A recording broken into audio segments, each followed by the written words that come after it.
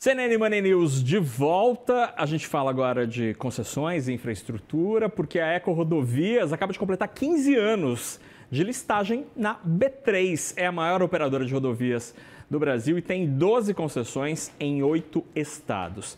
Nos resultados do primeiro trimestre, a companhia anunciou um lucro 36% menor e tem mais alavancagem do que nos trimestres anteriores. Para falar sobre os números e os negócios da EcoRodovias, eu estou agora com Marcelo Guidotti, que é o CEO da EcoRodovias. Marcelo, obrigado por estar aqui com a gente. Também participam da nossa conversa, como vocês estão vendo na tela, Daniel Hittner e também Jimmy Amora, lá em Brasília. Posso começar aqui a nossa conversa, Jimmy e Hittner? Marcelo, eu queria te pedir para a gente começar essa conversa trazendo uma mensagem para os acionistas, os investidores, neste atual momento da companhia. 15 anos é um momento de se comemorar? Boa tarde. Obrigado pela presença aqui nos estúdios da CNN. Boa tarde a todos. Boa tarde, Fernando. Certamente é um momento para se comemorar. Os números do ano 2024, o balanço, mostrou praticamente uma receita de 4 bilhões, um EBITDA de 4 bilhões e 700, o dobro do EBITDA que a gente tinha em 2022, ou seja, um crescimento muito importante. E isso demonstra que as escolhas feitas pela EcoRodovias nos últimos anos, de entrar e ganhar e participar e ganhar muitos leilões, junto com a estratégia de operacional, de eficiência, trouxe os resultados desejados. Então, acho que realmente foi a comprovação que a estratégia tomada alguns anos atrás deu certo. Agora, nós continuamos com nossos deveres de investimento, de realização de obras e estamos preparados para os próximos anos. Muito bem. Convido, então, para participar desta conversa, Daniel Hittner, nosso diretor da CNN em Brasília, e Jimmy Amora, que é sócio-diretor da agência Infra. Vocês podem tirar no par ou ímpar para quem vai fazer a primeira pergunta. Como é a primeira vez que eu estou aqui em tela com o Jimmy Amora, eu vou ceder às vezes, antes agradecer profundamente o Marcelo Guidotti pela presença, mas Jimmy, a bola é com você. Obrigado, Daniel. Obrigado, Nakagawa e Marcelo, muito prazer estar com vocês. E eu queria perguntar para o Marcelo, porque a EcoRodovias fez uma forte conquista nos últimos anos de novas concessões, novos investimentos, né? E está chegando a hora, né, o pico aí nos próximos anos ou talvez meses até, de realização dos investimentos, ou seja, das obras efetivamente. Queria perguntar para ele como é que essa elevada taxa de juros que estamos enfrentando nos últimos anos e também os problemas que têm sido detectados de mão de obra estão impactando nos projetos que a EcoRodovia tem que desenvolver aí nos próximos anos, né, aqui no Brasil.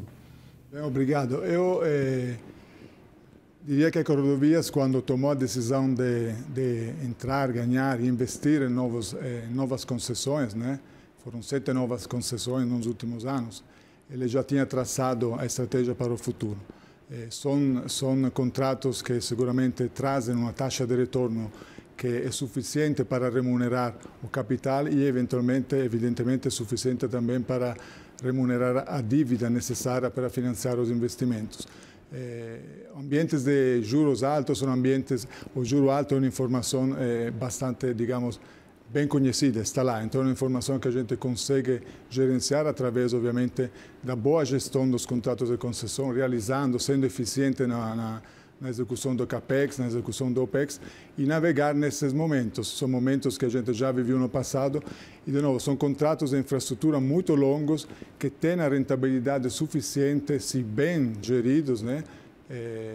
Tirando, evidentemente, todos os outros riscos que pertencem, que são sob gestão do operador, conseguem navegar nesses momentos. O endividamento, evidentemente, da companhia vai crescer conforme os investimentos são realizados, ele cresce, mas é uma dívida que ele está alocada nas operações, né? Então, ele é remunerada pela operação e embora pressione o índice consolidado, dívida líquida e EBITDA, é absolutamente sustentável. Então a gente vai entrar nesse ciclo de forte expansão de capex.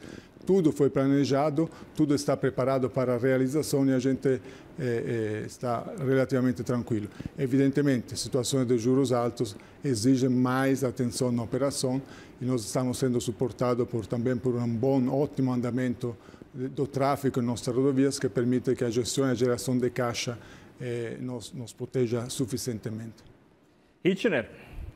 Guidotti, eu queria entrar um pouco no portfólio de concessões da EcoRodovia, um portfólio bastante robusto, e justamente a gente olhar esse nível de alavancagem que já está mais alto da EcoRodovia. Se a gente for pegar os últimos leilões, a EcoRodovias foi mais agressiva nos leilões estaduais, notadamente nos leilões de rodovias em São Paulo, Noroeste Paulista, Nova Raposo, do que nos leilões federais. E a gente tem uma grande leva até o final do ano de concessões federais de rodovias.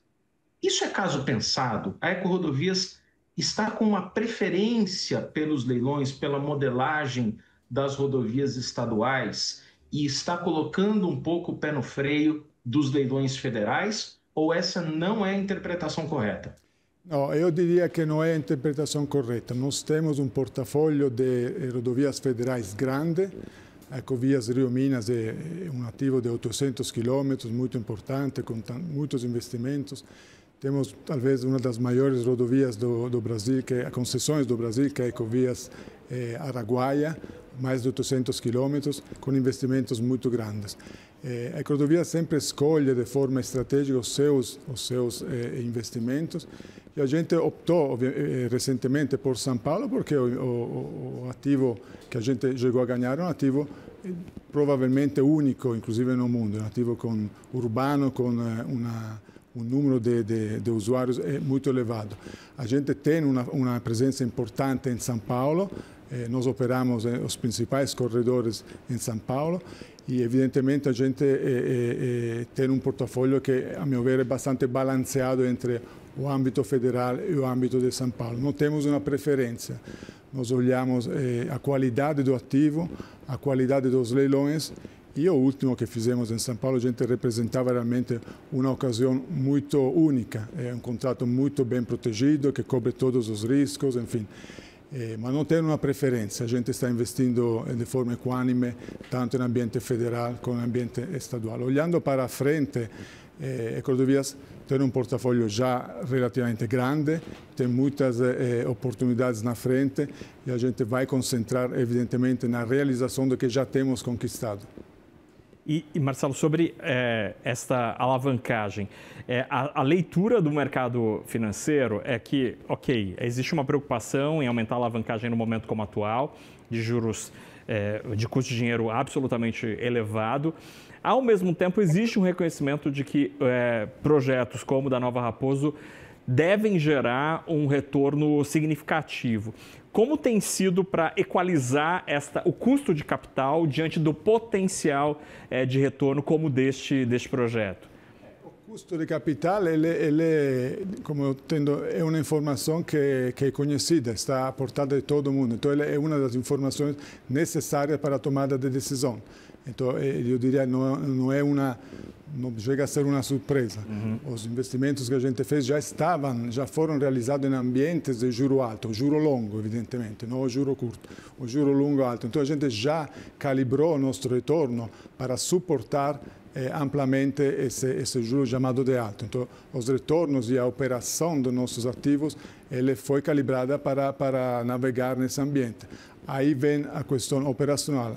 Acima disso, o tráfego vem melhor do esperado, a gente consegue operar como uma plataforma única, são quase 5.000 quilômetros operados centralmente, então a gente consegue ser muito eficiente, temos uma margem consolidada de EBITDA de 75%, e isso faz com que a geração de caixa suporte mesmo em ambiente de juros altos, ou seja, de novo, o juro alto não é uma informação, não é uma notícia que aparece de um dia para o outro, é uma notícia conhecida. E, evidentemente, em investimentos de tão longa duração, faz parte ter ciclos de juros um pouco mais altos, mais baixos, mais estáveis, mas os contratos são moldados para aguentar e para navegar. Tem que ser, obviamente, capacitado para gerenciar e tirar todos os outros riscos, que são riscos que a gente domina, o risco de execução, o risco de operação, o risco de tráfego e assim por diante. Jimmy. Bom, eu queria perguntar ao Guidotti sobre os ativos de logística da EcoRodovias, porque um dos principais é o Ecoporto, né, em Santos, e que está aí no radar do governo fazer uma licitação de um novo terminal de contêineres no local dele, e no local onde está hoje o terminal da EcoRodovias, e aí significaria a saída da empresa. Queria saber como é que a empresa está tratando com esses ativos de logística a partir dessa perspectiva aí de que o Ecoporto deixe, né, de ser operado pela EcoRodovias. Sim. O Ecoporto foi uma concessão que a gente operava. Hoje o contrato de concessão original expirou, estamos operando em caráter transitório, né? Daqui a pouco a gente vai ter a renovação transitória da operação até a chegada, a implantação do novo terminal, da nova licitação da área, de toda a área. E nesse momento, evidentemente, a gente vai ter que fazer a passagem de bastão para o novo operador. Então, essa é a posição estratégica da EcoRodovias. Esse é um ativo que é importante, evidentemente, é importante pela logística do país. A gente continua operando de forma eficiente, mas na hora de chegar ao novo operador, a nova licitação, a gente vai ter que fazer a passagem de bastão e deixar a área. Outro ativo de logística é muito menor, mas é importante, é uma área de 400 mil metros quadrados, é um terminal retroportuário em Cubatão. Isso vai uma concessão que vai até 2029. Então, a gente não pretende continuar investindo na área de logística, mas estamos operando até a vinda do novo terminal. Itiner. Guidotti, deixa eu reformular um pouquinho a pergunta do Jimmy Amora, e me parece que no final da sua resposta você já respondeu um pouquinho dizendo que vocês talvez não devem apostar na área portuária. Meu questionamento é justamente como hoje você tem ali o Ecoporto na área que vai ser do Tecon Santos 10, se a EcoRodovias almeja entrar nesse leilão do Tecon Santos 10 sozinho ou com algum consórcio, parte de algum consórcio, para continuar de alguma forma na área portuária, no maior porto da América Latina. E aproveitando que a gente está falando de Santos, queria saber se a PPP do túnel Santos e Guarujá também está no seu radar. Muito bom. Para deixar muito claro, a EcoRodovias está presente no Porto de Santos, não unicamente, não digo no porto, no terminal, mas com a gestão da Ecovias dos Imigrantes, que é praticamente o único acesso, principal acesso no Porto de Santos. Temos agendas constantes, inclusive com proposta de investimentos, novos investimentos para melhorar o acesso ao Porto de Santos. Então, a gente tem uma ligação com o Porto de Santos como grupo de EcoRodovias antiga e que vai continuar por muito tempo. A operação portuária, nós não pretendemos investir na operação portuária, evidentemente não estaríamos interessados no novo leilão. Tá? Mas como grupo estamos sim interessados no bom funcionamento do Porto de Santos, no bom funcionamento da logística e assim por diante. A pergunta sobre a licitação do túnel, como grupo EcoRodovias, nós não estamos interessados, não estamos estudando essa PPP. Nem se, por exemplo, Marcelo, a gente tiver estrangeiros que estão demonstrando para o governo brasileiro que vão trazer uma mala cheia de dinheiro para investir nesse projeto, eles não poderiam procurar um operador, e vocês têm muita expertise nisso, vocês poderiam topar entrar num consórcio como minoritários?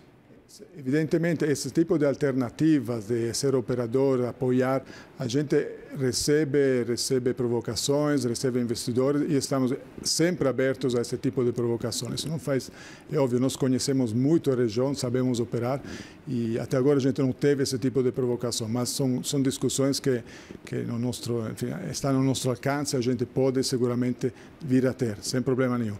Como grupo, como estratégia empresarial, nós não estamos interessados em investir sozinhos ou, enfim, com uma participação prioritária neste investimento, mas, evidentemente, qualquer provocação que faça sentido, que caiba na nossa estratégia, a gente vai olhar com carinho, sim, seguramente sim. Jimmy, bom, por favor, Desculpe, Jimmy, eu só ia tentar aproveitar aqui e emendar o assunto de Santos ainda, porque o Guidotti mencionou, obviamente, uma das concessões mais importantes da Ecorodovias, que é a Ecovias Imigrantes, e que tem o projeto de uma nova descida da Serra. Queria entender, Guidotti, para quando estamos falando da entrega do projeto executivo de engenharia e do início efetivo das obras? Para quando vocês estão calculando isso? O progetto esecutivo definitivo, pronto, inteiro, com todas as licenças, é previsto para meados do ano que vem, para poder aí sim começar a finalizar a discussão da forma como será incorporado na concessão, reequilibrado evidentemente, para aí sim poder começar as obras final de 2026, começo de 2027. Mas os estudos estão muito bem avançados, enfim, tem uma equipe gigantesca que está trabalhando no preparo desses documentos e está indo tudo muito bem. Estamos bem confiantes que teremos sucesso e que, enfim, as obras possam finalmente começar no final de 2026, começo de 2027. São obras que duram entre 4 e 5 anos de duração. Jimmy? Bom, eu vou jogar então para outro estado, o Espírito Santo, onde a Eco está num processo que vai agora em junho acontecer, que é o leilão sobre a repactuação do contrato que ela tem na BR-101 do Espírito Santo. Queria saber do Guidotti como é que eles estão se preparando, né, já que é um leilão um pouco diferente, na medida que, se não aparecer nenhum concorrente, como ocorreu agora ontem, né, no caso de uma outra empresa que também tem esse tipo de contrato, se eles vão continuar no ativo, né, remodelado agora e com novas obrigações, e também se eles estão estudando outras repactuações, né, que estão em andamento para poder concorrer, né, por esses novos contratos, como o da Fernão Dias e o da Regis Bittencourt, que devem ser os próximos aí a entrar em disputa. Em junho teremos o leilão da Ecovia 101, antiga Eco 101. Estamos preparados para o leilão. Vimos recentemente a MS Vias que não teve participação de outros concorrentes. A gente não tem, obviamente, essa certeza, ainda faltam várias semanas para o leilão. Estamos preparados, evidentemente, para poder eventualmente fazer algum tipo de estratégia para manter o ativo.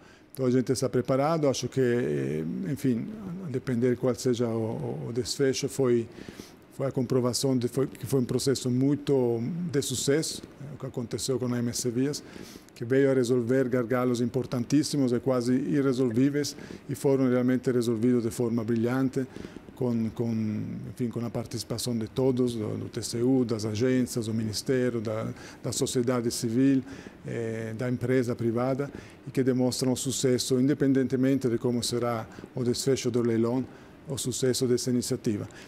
Como Ecorodovias, acho que esse vai ser a única licitação dessa natureza que a gente vai participar, não estando interessados em, evidentemente, olhar outros, mas é prematuro. A gente costuma estudar bastante as oportunidades e acho que, a depender do que vai vir na frente, a gente vai tomar a decisão. Mas, a princípio, esse vai ser o único leilão dessa natureza, até porque tem várias outras oportunidades de investimentos no nosso portfólio. A terceira pista que acabamos de mencionar. Temos a Ecosul, a Ecovia Sul, que vence em março do ano que vem, que é um leilão que nos interessa, né? Temos esta da 101, então a gente já tem um bom, digamos, volume de investimentos, para novos investimentos a ser realizados. Então, a princípio, nós pararíamos por aí, mas vamos ver. Ittiner. Guidotti, é interessantíssimo para a gente ter a oportunidade de ouvir um executivo do seu tamanho aqui, que conhece a realidade não só da infraestrutura, mas do ambiente de negócios no Brasil e em outros países. Eu estou me referindo a isso para te fazer a seguinte pergunta. Quando a gente olha o ambiente brasileiro de negócios, segurança jurídica, carga tributária, etc., o que você encara como principais desafios para a segurança jurídica, a previsibilidade regulatória no Brasil. A gente teve ali ontem uma gritaria do setor privado, e eu não estou sugerindo que você também ficou triste aí com o aumento do IOF. Se você quiser comentar, você comenta, mas o que, olhando da perspectiva do gestor da principal operadora de rodovias do país, não está bem no Brasil? Eu cheguei no Brasil em 2002, sempre na Ecorodovias. Vimos, passaram tantas coisas. Eu diria que o nosso setor, o setor de rodovias, ele veio melhorando muito em todos os aspectos. As agências, os contratos, recentemente a nova lei das concessões, que veio aprimorar a antiga lei das concessões, ele realmente mostra que o setor e o ambiente regulatório, político para investimentos em infraestrutura, ele vem melhorando. Eu diria que no nosso setor, evidentemente, todo mundo sabe, nós somos de capital intensivo, espalhados em uma área gigantesca, são 5.000 quilômetros. Tivemos a própria Ecovia 101, foi o principal problema, foi não ter obtido licenças ambientais, ou seja, o licenciamento ambiental é uma coisa que está sendo, evidentemente, enfrentado, porque às vezes torna-se um gargalo. Então, acho que isso é uma das melhorias necessárias. A gente quer que essa melhoria aconteça, porque é no bem da sociedade. A gente investe em regiões que realmente precisam, não têm um mínimo de investimento. Rodovias que eram sucateadas tornam a vida, recebem investimento, recebem melhoria, recebem sinal 4G. Então a gente percebe que a necessidade de investimento é muito grande. Então acho que o licenciamento ambiental precisa sim, e recentemente a gente teve informações que as coisas estão evoluindo, é um ponto a ser destravado. Evidentemente, eu falo sempre, o Brasil é um país volátil, né? Mas não é randômico, ou seja, a volatilidade não pode ser convivida. Então, dá para conviver nesses ambientes de juro alto, ciclos muito curtos, isso também talvez me preocupe um pouco, são ciclos de volatilidade curtos que é difícil de gerenciar, mas dá com bons contratos que estão acontecendo, acho que o marco regulatório e a qualidade dos contratos vem melhorando, né? Dá para encarar. Eu acho que é um jogo. Eu diria que o licenciamento ambiental, como toda uma coisa que poderia ser melhorada, e está sendo, evidentemente, um problema que está sendo atacado e está sendo melhorado. Marcelo, com o texto que a gente conhece agora sobre esse licenciamento ambiental novo, se não sofrer alteração, você poderia dar um exemplo de como, para a companhia, seria diferente avançar em uma frente nova de investimento, uma ampliação de projeto? E aí aproveito para emendar uma segunda pergunta, se me permite. O Free Flow está demorando muito para engatar no Brasil por causa do governo? Sobre a primeira pergunta, quando você tem uma rodovia de 800 quilômetros que tem que investir serviços iniciais, investir na faixa de domínio, dentro da faixa de domínio, isso é uma facilidade de poder imediatamente começar a intervir nessas regiões, sem aguardar, evidentemente, um ciclo inteiro de uma licença operacional. Ter prazos definidos, né? Também ajuda, porque ajuda a planificação. Nós temos regiões no interior do Brasil que, às vezes, perder 6 meses significa perder um ano. Por quê? Porque começa a famosa temporada de chuvas. Então, na temporada de chuva, te joga. Então, ter prazos, você consegue se preparar, se programar e, evidentemente, ter uma infraestrutura que custe menos, né? Então, no ambiente de juros altos, uma infraestrutura que custa menos faz todo sentido. Então, tem várias melhorias que, de novo, não vêm evidentemente para agredir o meio ambiente, mas realmente para destravar de forma equilibrada e de forma que seja, afinal, mais barata para a sociedade e o custo da infraestrutura seja adequado para a realidade em que a infraestrutura é realizada. Então, acho que vamos ver como vai sair o texto, enfim, mas o simples fato de estar debatendo de forma, para nós é muito positivo.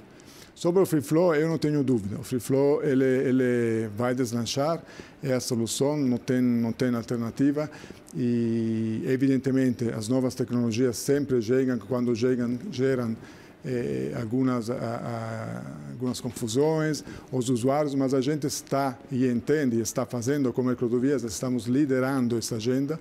Inclusive, acabamos de assinar um acordo operacional entre nós, a CCR, a Semparar, para fornecer aos usuários um único portal em que eles possam se cadastrar e pagar qualquer tipo de dependência com pedágio em qualquer pedágio Free Flow, Semparar do Brasil. Então, a gente está dando essa ferramenta e eu não tenho dúvida, o pedágio Free Flow vai ser a solução e vai pegar. O Brasil é um país jovem que recebe muito bem novas tecnologias, novas soluções e eu não tenho dúvida que o Semparar, o Free Flow, vai ser um sucesso.